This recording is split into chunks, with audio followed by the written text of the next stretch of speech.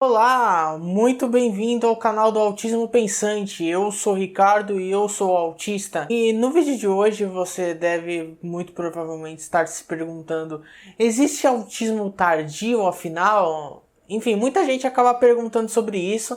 Eu mesmo já fui perguntado algumas vezes sobre isso. E no vídeo de hoje eu vou responder essas e outras questões. Então, já que você provavelmente gostou do vídeo, já deixa o seu gostei aqui embaixo e não se esqueça de se inscrever no canal do Autismo Pensante.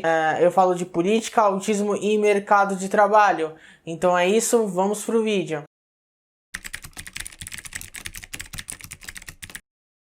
Para começar, eu vou falar bem brevemente sobre o que é o autismo, né? Caso você não saiba. O autismo é uma condição de nascença, é uma deficiência psicossocial, ou seja, tem relação com uma deficiência na socialização que possui algumas características. A primeira é a questão da socialização, que é deficitária, não quer dizer que é inexistente, mas tem uma dificuldade maior em socializar a pessoa autista.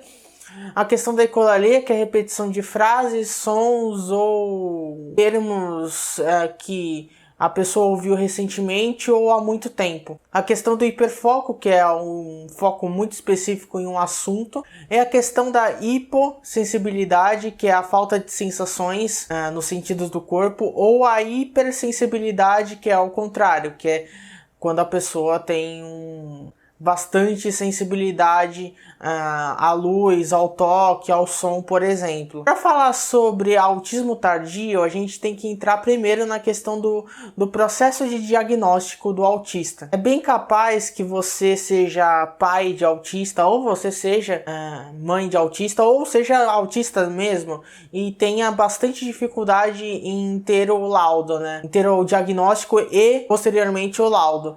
A questão é que existe uma dificuldade enorme em obtenção de diagnóstico e laudo, principalmente no Brasil, justamente por vários motivos. Primeiro, que existe um pensamento dentro da área psiquiátrica de que existe uma popularização, uma ditadura do autismo que não tem nada relacionado. O número de diagnósticos que acabam tendo a mais na sociedade brasileira é porque mais pessoas resolveram falar que são autistas, justamente porque está ficando um pouco mais fácil para a obtenção do laudo. Ou seja, o número de autistas não necessariamente está aumentando, mas mais autistas estão tendo acesso ao laudo. Mas isso não quer dizer que o acesso ao laudo já está fácil assim, não. O acesso ao laudo continua sendo difícil, é um processo que demora, é difícil e é caro. É caro por quê? Porque a área médica, tudo que é relacionado à medicina, o que inclui a psiquiatria, é caro. Uma consulta não sai por menos de uns R$ 400 e normalmente as pessoas não têm esse valor para pagar por uma hora de consulta, por exemplo. Outro ponto que faz com que o laudo de autismo seja um laudo mais difícil de obter é a incapacidade dos psiquiatras em diferenciar o autista de outras condições neurológicas. Por exemplo, existem autistas que recebem muito fácil um diagnóstico de esquizofrenia paranoide. Eu, por exemplo, já tive um diagnóstico disso. Mas é um diagnóstico que normalmente, pelo menos no começo, se assemelha com características autistas. Só que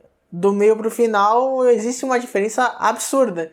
Tanto que eu falei no começo, as características do autista: ecolalia, hiperfoco, hipo ou hipersensibilidade e dificuldade de socialização. Coisa que não necessariamente uma pessoa esquizofrênica vai ter, obviamente. Ou seja, além da questão do custo financeiro para ter algumas sessões de psiquiatra, para ter o laudo posteriormente de autismo, ainda tem essa questão dos profissionais da psiquiatria estarem, por exemplo, desatualizados, ou mesmo existem profissionais dentro da psiquiatria que não exercem direito à sua função porque dentro de uma área de medicina medicina. Em medicina, normalmente as pessoas acabam fazendo não por gosto, mas por dinheiro. Um outro ponto que faz do acesso ao laudo ser mais difícil é a questão do número de profissionais que tem que ter,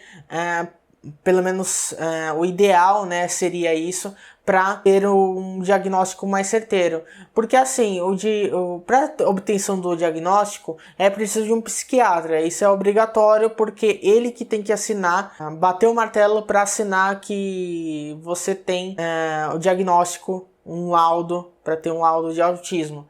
Porém, existe uma equipe multidisciplinar por trás que tem que analisar o autista para ver se ele é realmente autista ou não. Um dos exemplos mais claros para a obtenção do diagnóstico utilizando de uma equipe multidisciplinar é o psicólogo. O psicólogo que vai analisar realmente que a pessoa tem alguma característica neurodiversa ou não. Se a pessoa possui característica neurodiversa, mas não é autista, ou possui característica neurodiversa e faz parte do espectro. Aí depois de algumas sessões de psicólogo, o psicólogo vai fazer uma espécie de nota e enviar isso para o psiquiatra. O psiquiatra vai utilizar isso como base para diagnóstico e o laudo de autismo. Por último, mas não menos importante fator que faz com que o diagnóstico de autismo seja mais dificultado aqui no Brasil é a questão de gênero e raça. Por causa que, por exemplo, confundem muitas pessoas pretas que possuem autismo como uma mera birra. Ou mesmo pessoas LGBT como uma outra característica neurodiversa que não é necessariamente autismo,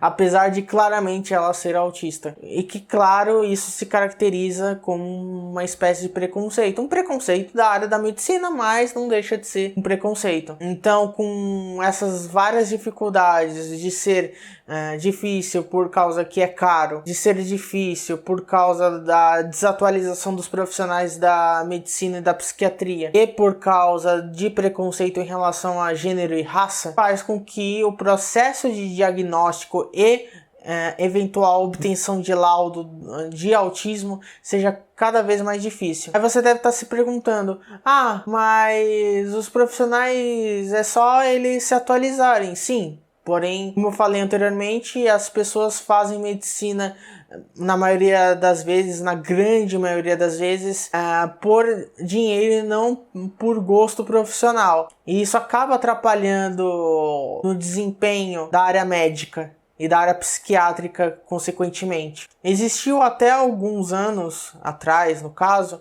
uma proposta de abertura maior de cursos de medicina, por exemplo, só que isso acabou não andando para frente, e é justamente isso que faz com que barre um número cada vez maior de pessoas entrando na área da medicina, e além disso, o número de médicos pertencentes a classes menos favorecidas, as classes mais baixas, né, economicamente, acabe não subindo justamente por causa da questão dos altos preços dos cursos de medicina. Eu vou deixar até aqui embaixo uma notícia da época que aconteceu, falando sobre isso. Vou deixar no link aqui embaixo na descrição do vídeo. Agora, com a questão sobre o autismo tardio. Primeiro que o autismo não é uma doença que não se pega no ar, então a pessoa não pega autismo durante a vida. É uma condição de nascença que tem 97% de fator genético e 3% de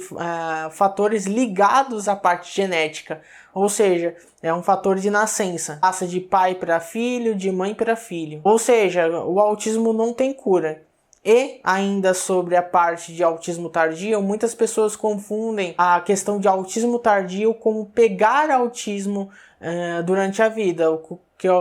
Como eu falei, não é verdade. O autismo é uma condição de nascença e passa a vida toda da pessoa. Então, respondendo mais objetivamente a pergunta se existe autismo tardio, não existe autismo tardio. O que existe é um diagnóstico tardio de autismo, um laudo tardio de autismo, porque nem todas as pessoas acabam tendo essa noção de que, primeiro, existe o autismo, segundo, a pessoa possui características autísticas, e terceiro, que ela realmente vai procurar saber mais sobre essa condição e ela conseguir eventualmente um diagnóstico e consequentemente um laudo de autismo. Eu quero que você comente aqui embaixo, se você puder, falar sobre essa questão do autismo tardio, sobre a dificuldade do autista em obter o laudo e a questão do autismo não ser uma doença, ser uma deficiência psicossocial que perpassa por toda a vida. Então comente aqui nos comentários.